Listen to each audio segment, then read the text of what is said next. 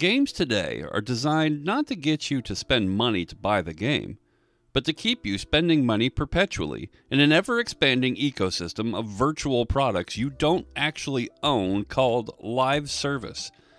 It should be no wonder that Destiny's cosmetic store is called the Eververse.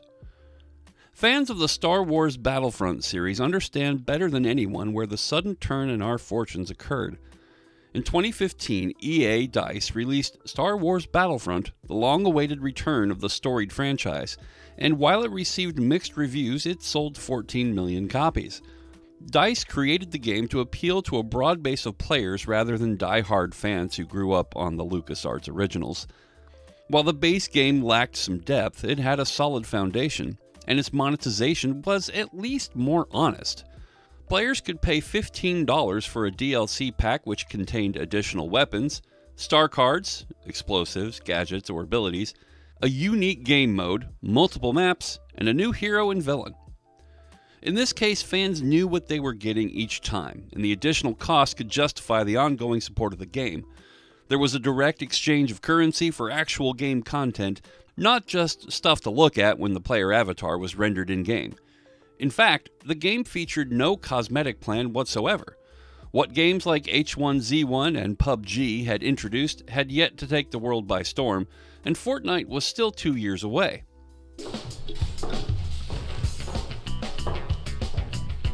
Oh, whoa, where did you get that? Bought it today. It's new in the store, so...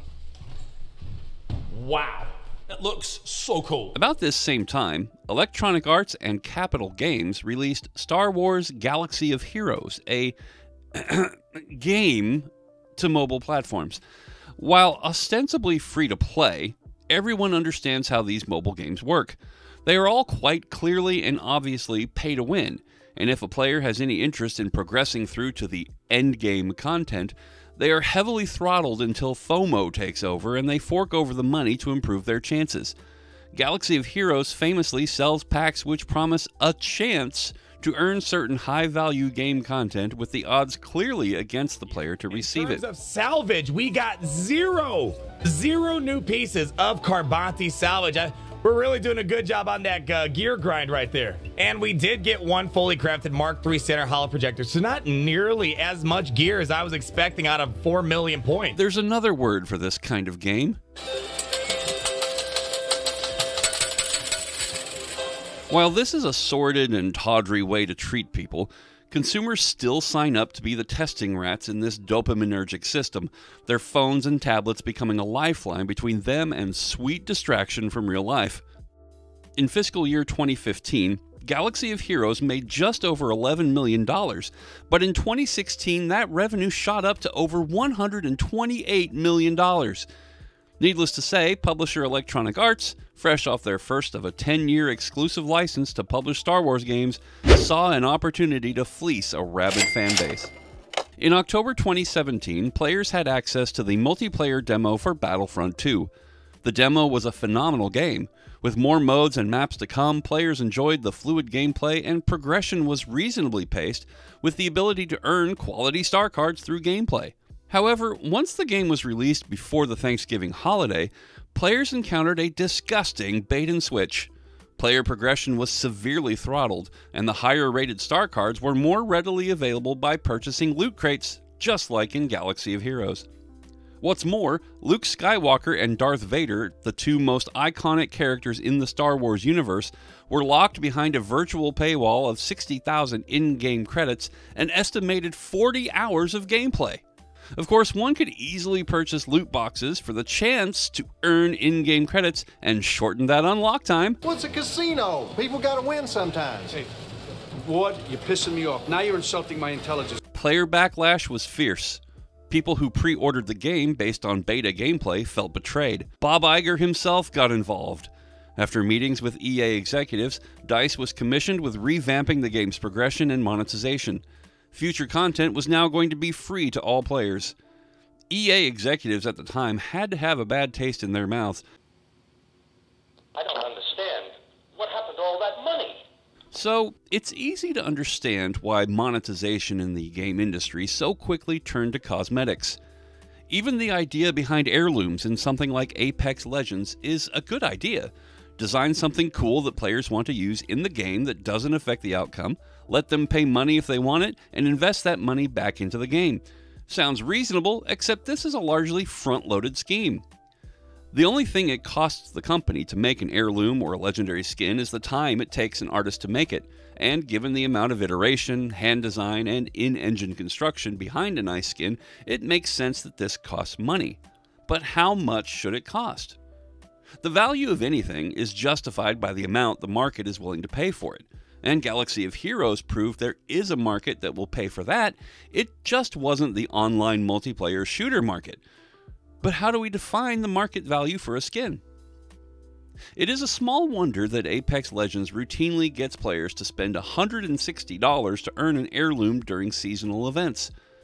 A player may spend 700 Apex coins, or $7 apiece, on an event-themed loot box that is guaranteed to contain at least one of 24 event items at a total cost of $168 just to earn the in-game currency to purchase the heirloom. But don't worry, while the odds are low to receive heirloom shards in standard packs, Respawn guarantees you'll earn an heirloom every time you open just 500 packs.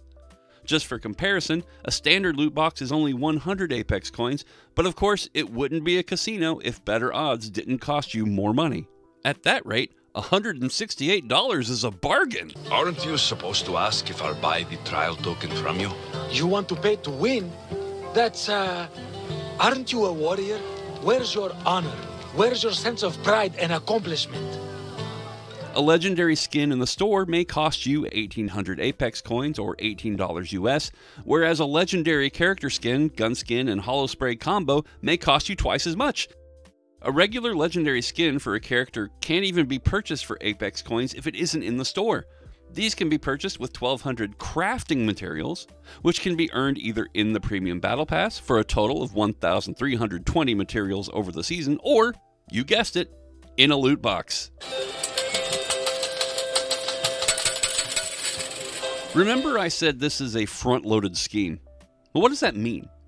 It means you spend an exorbitant amount of money on the front end for small items on the vague promise, not even a promise, a suggestion, that your investment supports ongoing development of the game, which occasionally might feature a new map, maybe a new character, perhaps a new weapon, but don't worry, they'll be back with another $160 plus heirloom event with loads of worthless cosmetics in the Battle Pass. Now, I have no problem with the Battle Pass formula. At $10 a season, I know I will get more than my money's worth of enjoyment, at least out of the challenges I am forced to complete through gameplay. Those challenges make me a more well-rounded player because I'm forced to practice with characters or weapons that I'm not used to. Certainly, the game's revenue pays for employee salaries and keeping the lights on, but one would imagine that while EA CEO Andrew Wilson rakes in $20 million a year in salary, and while Apex Legends revenues have exceeded $2 billion, that EA might be able to afford an anti-cheat that actually works, or upgrade from their industry-low 20 tick rate servers. The only thing being serviced here is EA's corporate bottom line. To me, it is much more fair to the consumer to have the option to purchase future content that will be clearly delineated so that they know exactly what they are getting. Bungie has at least proven that while they face similar issues with how they have delivered expansions, that players will buy expansions.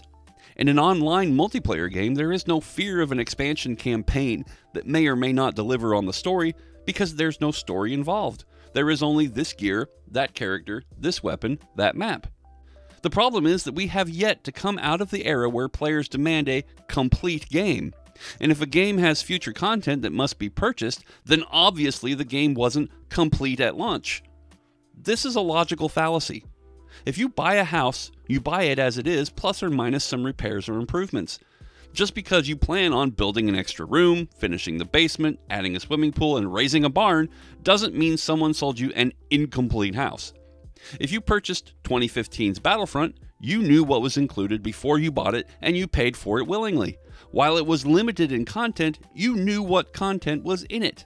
You bought it complete, as far as it was, when you made the purchase. The issue is that so many modern games are obviously rushed to market.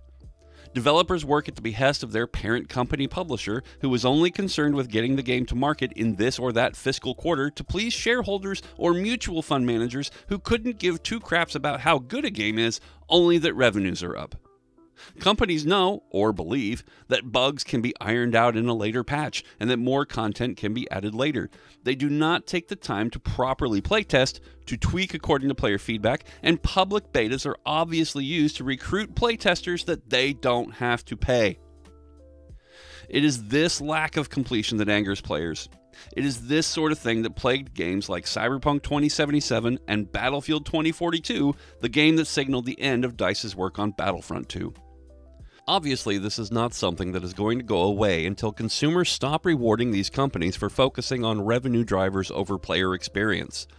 The Apex community specifically has lamented how Respawn has long ignored pleas to seriously tackle cheaters, or upgrade their servers, or fix numerous bugs or glitches, while they churn out collection event after collection event.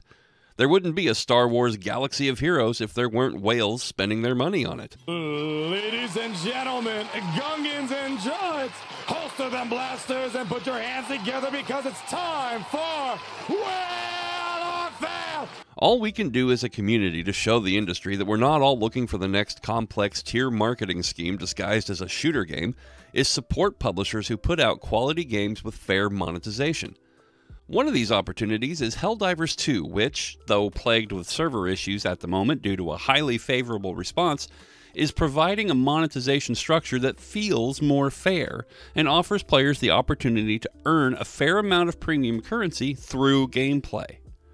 Another is something like the Star Wars Battlefront Classic Collection releasing March 14th from Aspyr. Yes, they're asking $35 for upscaled 20-year-old games, but these are still fun and remind us what gaming used to be. It gives us a chance to show the industry that sometimes what we want is just a quality game that is stable and fun to play without all the extra layers of monetization. You're not really paying for the games, you're paying for the community experience. If you like this video, please drop a like and subscribe to the channel. And for more on Star Wars gaming in particular, head on over to the Star Wars Survival Guide and check out my videos over there. Take care, and I'll see you soon.